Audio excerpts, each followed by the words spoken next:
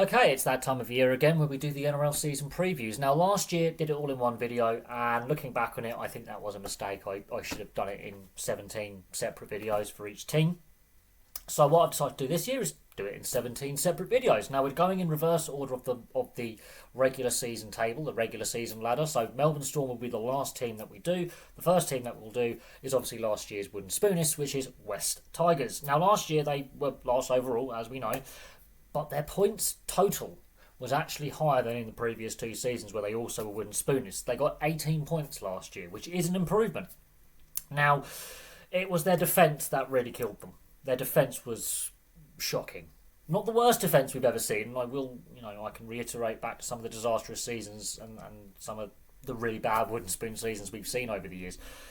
Looking at last season in comparison to some other disastrous seasons, they weren't that bad. They were bad by everyone else's standards, but by the old Western Suburb Magpies of 98 and 99, they were not the club that they are a successor team from. They weren't that bad. However, a minus 287 points differential, you're not going to make the top 8 with that kind of leaky defence. Ironically, it is an improvement over the previous two seasons. That's what's scary, is they were actually better, yet still the worst team overall. So other teams also were, improved. Now, breaking this down, it's Benji Marshall's second full season as coach. I don't see his job under threat. I don't. Having just signed Luai to the side to reunite him with Coruscant in the spine, Lockie Galvin's going to have another full season and another full pre-season. I think that's a good blend of youth and experience in the spine. Jareen Buller at fullback. You can see where they're going with this spine. It's a mixture of youth and experience. There's a bit of pace in there. There's a bit of skill in there. There's a bit of flair. And there's premiership winners in that spine, which is important. The youthfulness of the team, I think, is also a positive as well. It's starting to show that actually they're retaining their youth rather than letting their youth go. So that's a positive, where in previous seasons they've let a lot of players go who've come through the West Tigers system, through either the Balmain side or the Western Suburb Magpies side of the joint venture or the merger. The fact that 12 debutants made their debut last year, 12 players, and the average age of some of these players was 18, 19, 20, 21. So it was a very young team, and a lot of those debutants weren't even part of the top 30 at season start. They weren't even on the fringe of first grade. So that, I think, is a positive. On the same note, it's also a negative because of that lack of experience, coupled with the very porous defence. These are two areas where I think there needs to be massive improvement.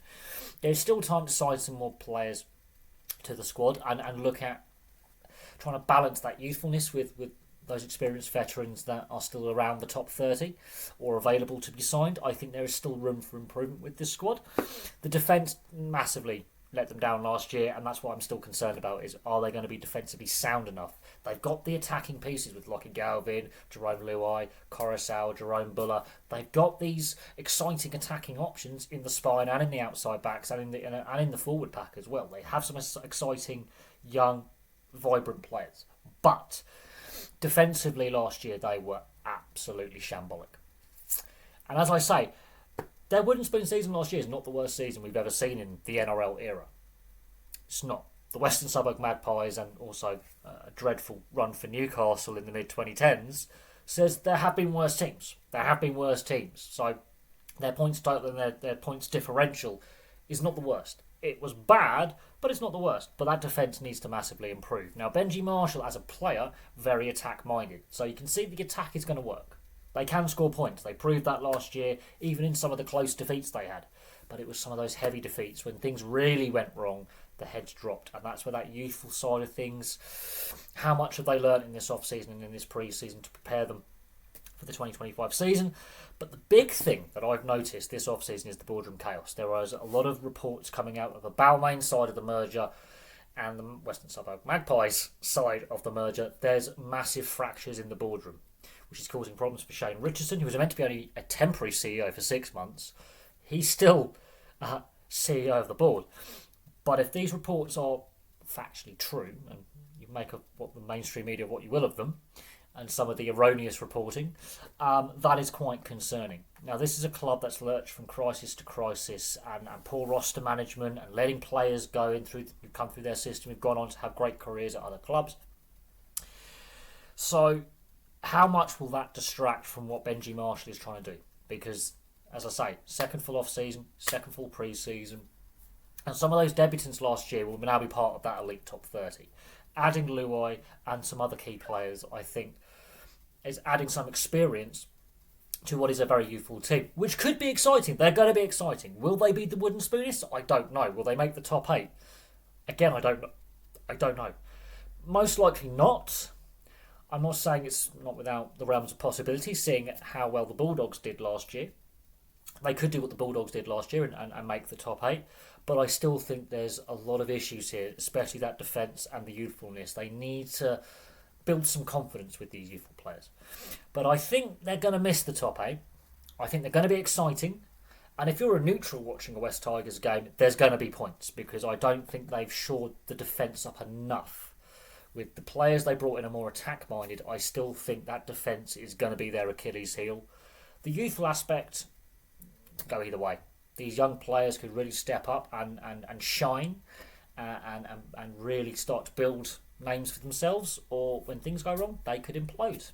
It's swings and roundabouts, but they do need to sort out what's going on in the boardroom and stop these leaks coming out, because no club board is all going to be united on a united front. There's going to be differences in how clubs spend their money or decide to spend their money, or signings here or corporate there. There's going to be differences, but the fact that with the West Tigers it's so public that there's this dysfunction, I think that could really start to become a distraction. If there's a poor run of form, for example, negative headlines, the media are going to latch onto it. So we'll see how they do. I think they get the wooden spoon? I think some other teams also could potentially be wooden spoonists. The way some teams finished last season, and some teams really looking like they're in the midst of rebuilds. But they're going to be exciting. So there we go. Thank you very much for watching. Place your thoughts on how the West Tigers will do this coming season. And how will Benji Marshall do? Will he still be coach at the end of the season? Will this be this season where they have a breakout season and do what Canterbury did last year and take that next step and start to turn things around? Or is this team going to miss the top 8 yet again? But for me for now, thank you very much for watching. I'll have some more content for you guys very, very soon.